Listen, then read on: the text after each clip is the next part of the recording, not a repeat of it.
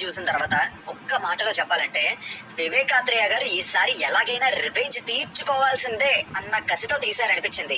In-depth గా ఇంకొంచెం clear గా చెప్తాను. అంతకంటే ముందు ఛానల్ కి ఎవరైనా కొత్తగా వచ్చిన వాళ్ళు ఉంటే మేక్ షూర్ ఈ వీడియో అయిపోయిన తర్వాత మా ఛానల్ విజిట్ చేసి నచ్చితే సబ్స్క్రైబ్ చేసుకొని సపోర్ట్ చేయండి. కింద మన ఫ్యాక్స్ ఛానల్ లింక్ కూడా వేస్తాను. చాలా మంది ఇంకా సబ్స్క్రైబ్ చేసుకోలేదు, ఒకసారి ఛానల్ విజిట్ చేయండి. కాంటెంట్ నచ్చితే దానికి కూడా సబ్స్క్రైబ్ చేసుకోండి. ఇంకా మూవీ యొక్క బేసిక్ ప్లాట్ గురించి మాట్లాడుకుంటే ఇంటర్వ్యూస్ లో మన ఎస్జే సూర్య గారు అసలుకే వాయిగొట్టారు కదా, సాటర్డే భాష అని చెప్పి. సేమ్ అదే ఒక సిచ్యువేషన్ వల్ల ఆయన కేవలం సాటర్డే మాత్రమే కోప్పడతారన్నమాట.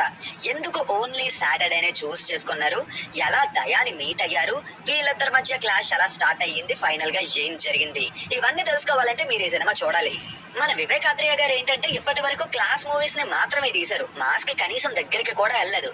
కానీ ఈ సినిమాలో ప్లాన్ చేసుకున్నారు మామ. విజిల్ వర్తీ మూమెంట్స్ పర్టికులర్ గా కొన్ని సీన్స్ లోని మామూలుగా ఉండదు, పిచ్చిక్కిపోతారంతే. రాజమౌళి గారు ఒక ఇంటర్వ్యూలో చెప్పినట్టు గుర్తు, యాక్షన్ సీన్ కి ముందు ఒక సాలిడ్ ఎమోషన్ ఉండాలి, అప్పుడు ఆ యాక్షన్ జరుగుతున్నప్పుడు మనం ఆ ఎమోషన్ ని ఫీల్ అవుతూ ఉండాలి అని. ఆ పాయింట్ ని కరెక్ట్ గా ఈ సినిమాలో ఎగ్జిక్యూట్ చేశారు. యాక్చువల్లీ నాని గారు ప్రమోషన్స్ లోనే క్లియర్ గా చెప్పేశారు, ఈ మూవీలో ట్విస్ట్స్ అండ్ టర్న్స్ లాంటివి ఏవి ఉండవు, it's an out and out commercial movie.